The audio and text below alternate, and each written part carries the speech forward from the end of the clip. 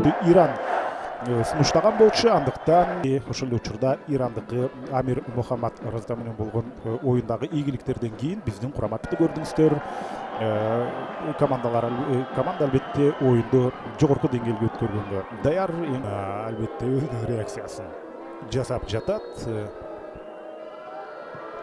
Жер аркылуу сокку Азирет Усманалиев албетте өз ордун топту жөндөп жаткан учурда серпилген топ кайрадан бизде алыстан соккуну көрөбүз. Мынакей мейли таш номер менен ойноду. Сол канаттан жиреп кирип бара жаткан мезгилде албетте келип ага күбө болсоңуздар болот. Сыйлык тапшырууга аземи болот. Жана бир оюнчу үчөөнү курчатып келатат. Жана гол. Караңыздарчы. Жок, офсайд экен, офсайд. Дайыма ушул Алижановдун демек топту кантип кайтарып бул жерде калтырып коюшту. Дагы сокку колго тийди, пенальти. Албетте колго тийди, пенальти. Азирет өзүнүн оң тарабына кулаган болчу. Эми Гандипур тескерисинче мына карама каршы тарапка узатып кетти. Ошентип баштоо алдында турабыз. Кыргызстан жана Иран жаштар командалары бул КАФА U20 турниринин финалы. Ойунчубуз Алижанов колун тартып бара жаткан учурда топко тийип калган болчу. Сокку жана гол. Экинчи таймдын башында Иран чыгарып берүү.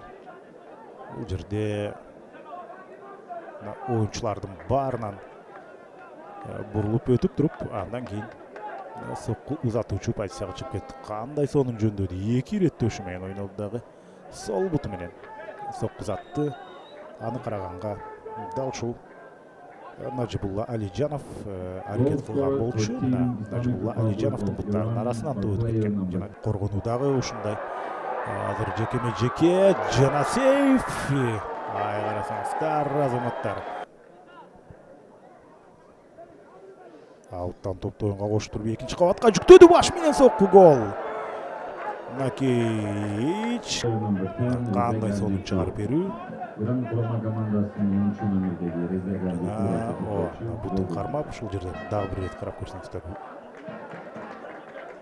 Экинчи кабат албетте биздин курама команданын алсыз жагы болуп атат. Анын артында турган Даниэль Разу жаткан учуру сонун чыкты. Мынакей азыр Маданов бара жатат сол канаттан. Жана буштан чыгаруу. Буштан чыгарууга айт жок. Ал эми бул жерге чейин таза келген. Кана аны азыр угабыз. Пенальти.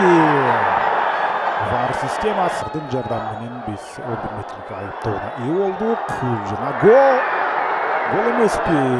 Тирөөчкө тийип туруп чыгып кетти ушул жерден. Топтун Байбол Эрмековго берди. Байбол Эрмеков. Мына эми тепсең болот. Алыска бурчукка. Кайрат Абдирасулов. Жана дагы бир рет көккана өзү аркылуу тепке бирөө бар. Мына эми сокку жана топту жөндөйм деп эми соккуну көрөбүз. Гол эмес, бу дагы бир рет тирөөшкө тийип болот. Жакшылап шарт түзүлсө ал түзүлүп бара жатат. Өлкө башчыбы